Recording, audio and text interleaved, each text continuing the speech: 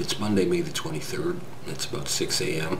I've been up since around 4 a.m. with my daughter Lily. She sleeps at weird times. And she's sleeping in the back there, so she might wake up in the middle of this. But I've just been thinking about songwriting, music, stuff like that. I recently wrote and recorded a song that I dedicated to my parents called For the Rest of My Life. And I mean, I was really, touched to do it and excited to record it and put it out there, because I haven't done any recording for a while, since really having Lily, 4 months. And I've been pretty busy with music, although I've been teaching for, over 2 decades. I still always found time to do music, which is my real love, as many of you know if you're watching this. But with respect to the new song, it's a bit of a departure from some of the songs that I tend to write, and it's just basically due to my musical influences, I think. Although there have been a lot of them throughout the years, as all of us, we kind of like different music throughout the different phases of our life, but we always come back to, the stuff we maybe heard in high school or whatever. We love those songs from whatever era. I mean, for me, it's probably the 70s. But this new song is, kind of a simple song. It is simple. And the lyrics are simple. They're meaningful. I mean, I wrote it honestly. I believed in it. And that's the thing that I kind of wanted to get at, just believing in what I'm writing. Now, I'm not anybody important, and it's not like you should listen to me for any advice or any words of wisdom.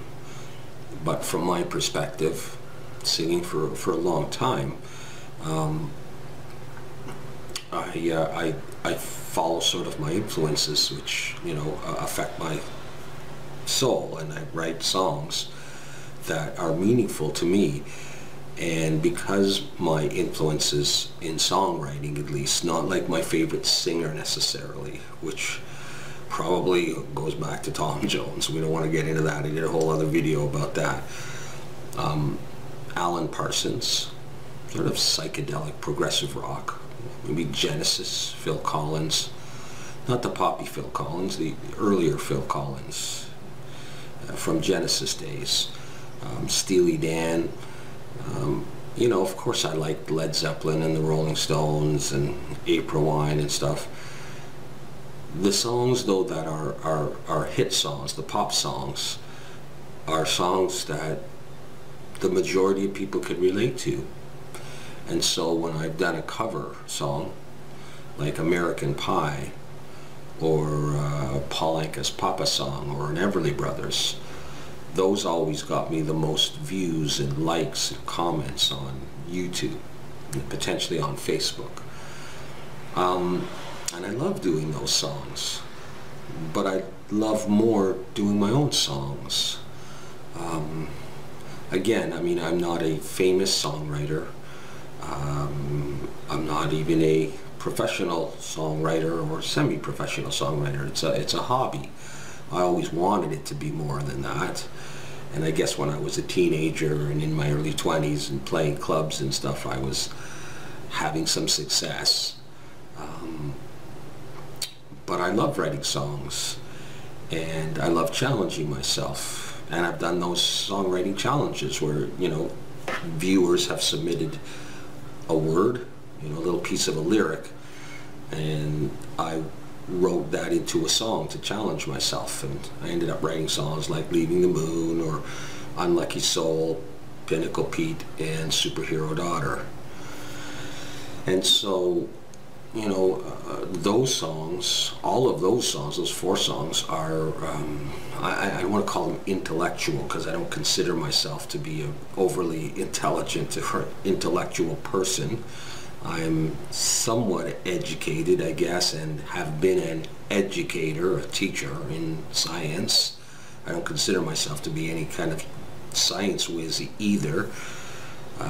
Probably what I had going for me, if I'm diverging into that a little bit, over the years in teaching, is not so much an intellect, but a heart. The ability to connect with students on a kind of an emotional level, where they could just feel comfortable and ask their questions and realize that their teacher was not some genius, just another person, and I could help them through that particular phase of their life. And then they go on to college, university, and far surpass me. But just with respect, again, with the songwriting, I've written songs that I've really been inspired by those guys, whether it's Alan Parsons or Steely Dan or Pink Floyd or those kind of bands, and the songs that have interested me probably the most are the mysterious kind of spiritual, occultish, a little bit dark.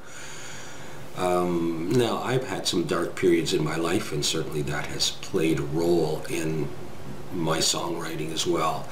Had I had a very typical childhood, happy-go-lucky, I did write a song called Happy-Go-Lucky, by the way. If I had that kind of childhood, then maybe I'd be writing just upbeat pop songs, or even some slow ballad kind of typical I love you type songs.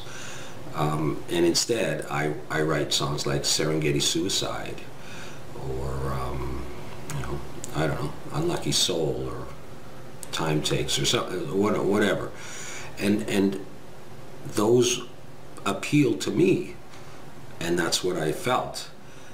But they don't really have very much appeal to other people, unless somebody maybe knows me or is really into songwriting and wanted to see how someone else did it, me in particular, and really sat down and listened to it and said, wow, okay, I like the way you structured this or said that, or I get the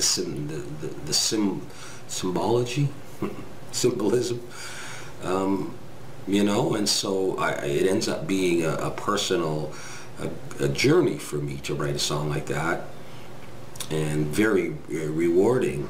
But then you publish it, you say, hey guys, look what I worked on, I wrote this really cool song I think is really cool, and very few people can relate to it, and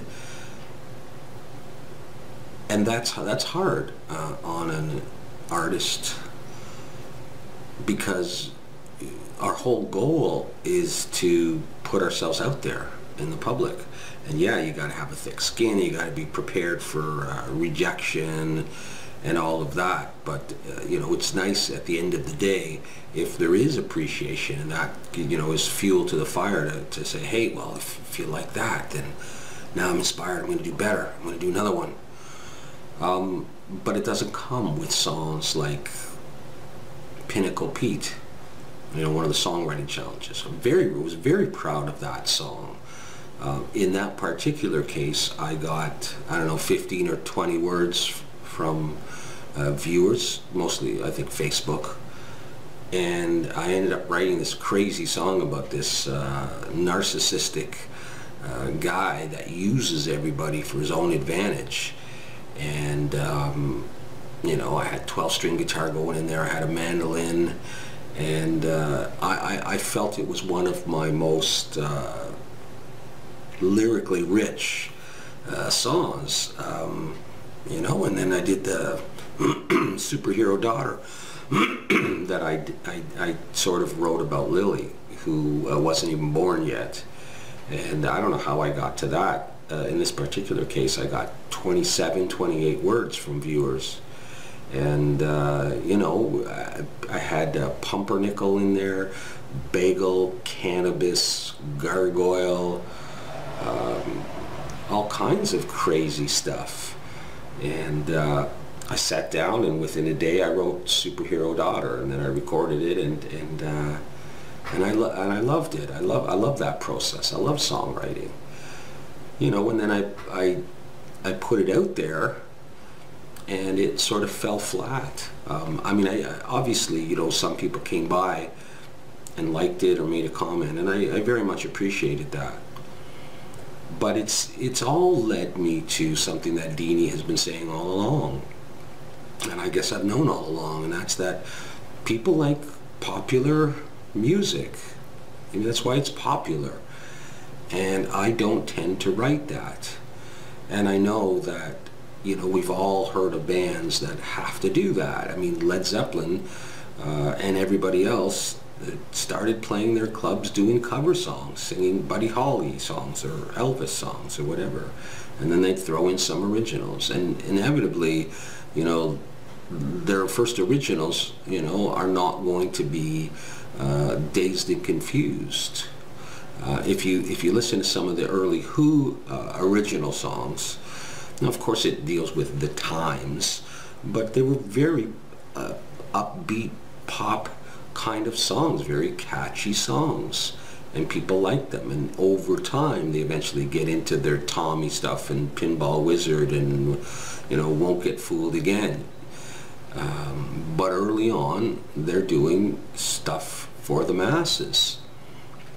And, you know, when I now think about the new song that I wrote, the song for my parents for the rest of my life, this simple sort of country-ish ballad, I got a bigger response than I thought I would. I mean, I can always hope for people to like the song and to let me know that they like it. That's important, to let me know. So that I feel invigorated to do more. Look, I mean, emotional people like me and artists in general, they need the feedback. That's what keeps them going. Yeah, they're show-offs. They're egotistic, you know, often lacking some self-confidence. And needing to get that, whatever it is, but that's where you get the great art from, you know. Insecure, messed up people who need to get out there and stand on a box and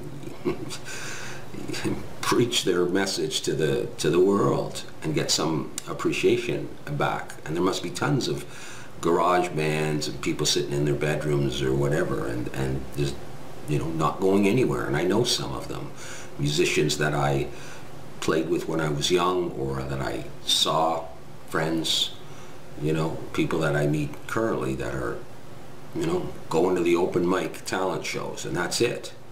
Or recording in their basement and letting their friends listen to it. Or starting their own, you know, Facebook band page or Reverb Nation, and everybody does it. It's back in the early days, not that I have any great knowledge of this, but you know, you had to make a record in order to get heard or get on the radio. And there was a great diversity of songwriting and sounds. Just think of the bands of the 70s and 80s that we grew up with, depending on what your age range is. Instead of the sort of homogenized, you know, I don't know, medicated form of music today. Get your fix in, you know, 2 minutes, and then you're on to the next one. It's more of the same. That's not to say there's not some great music being made, but, you know, by and large, the days of Leonard Skinner and Steely Dan and Alan Parsons and Supertramp are gone. And so you get oldish guys like me stuck in those days. And maybe nobody wants to hear the deep psychological, psychedelic kind of songs anymore. They want their fix. They need something to either make them feel sad or happy right now, something they can relate to, and on their way to the next thing. And I need to get with the times a little bit if I'm going to succeed. And when I say succeed, I don't mean make $1 million. I mean just get a few views and some likes and some appreciation for what I work hard at. I'm not belly aching about it, and I'm not complaining, because I don't deserve anything in particular. If somebody likes something that I sing, then that's fantastic. That's awesome. I'd love to know. And that's about all I can expect these days, because this is not a paying gig right now. So I guess my point is just that I need to stay open to doing, you know, more pop cover songs, and in particular writing songs that maybe are a little bit less crazy and deep, you know, at least you know, wrapped up in my own conflicts and struggles, and just, you know, just chill out a little bit, I think, and write some pleasant songs, because there's probably enough drama in everybody's life. You don't need to get caught up in my own drama, right? You got your own. So maybe what we can do is a nice happy song or a nice sad song that everyone can kind of relate to. I hope, if I can do this. I'm not sure I can. And leave the weird, twisted, complicated stuff, you know, for another day, or on the sidelines. So I really do appreciate those of you who have come to watch me sing, wherever it is, on Facebook or YouTube, whatever. Oh, I hear Lily there. So I'm going to sign off. But I really do appreciate that, and we'll keep in touch. Thanks.